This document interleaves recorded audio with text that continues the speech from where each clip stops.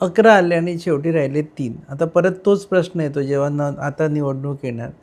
तुम्ही पण तो फेस केला असणार, की जेव्हा तुम्ही कुठेही जाणार, मतदारांना भेटणार, ते म्हणतात, की तुम्हाला निवडून देऊन काही फायदा नाही. उद्या तुम्ही तेच आमदार तुमचे जातात आणि भाजपला भेटतात आणि भाजप सरकार मजबूत करतात आणि इकडे तुम्ही परत रिड्यूस टू 3 नंबर. मागच्या वेळी तर 1 नंबरवर पण आले होते. कुठेतरी आपण गोव्याच्या दृष्टिकोनातून एक क्रायटेरिया आपण फिक्स केला पाहिजे. आणि मला तरी वाटतं की जी डिफेक्टर म्हणून गेलेली आहेत त्यांना कुठल्याच परिस्थितीमध्ये काँग्रेसमध्ये घेता कामा नये, उमेदवारीही देता कामा नये, हे ठामपणे सांगितलं.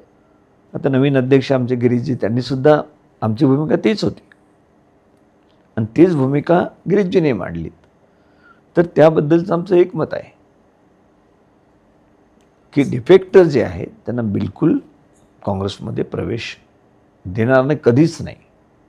निवडणुकीचं स्वरूप आपण निवडणुकीनंतरसुद्धा त्यांना त्यांच्यावर राग आहे की त्यांच्यावर विश्वास नाही आहे? नाही, लोकांमध्ये जे प्रतिक्रिया आहेत, जे आपण आताच प्रश्न विचारला, किंवा तुम्ही निवडून आणता आणि ती लोक निघून जातात, याला जोपर्यंत तुम्ही पाऊल उचलत नाही की ह्या लोकांना थोडासुद्धा प्रवेश द्यायचा नाही, जनतेमध्ये त्यांच्याविषयी रोष असणारच.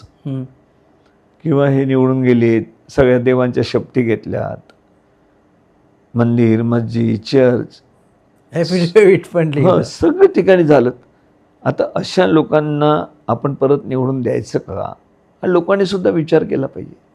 म्हणजे पार्टी म्हणून आम्ही विचार करतोच आहे, परंतु जनतेने सुद्धा विचार केला पाहिजे की यांना परत निवडून द्यायचं का.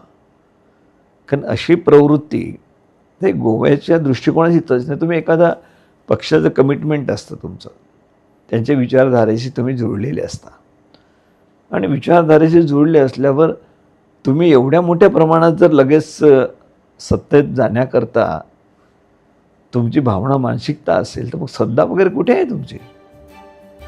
लोकांच्या भावनेची कदर कुठे करताय तुम्ही? तुम्ही पाहतात GNH.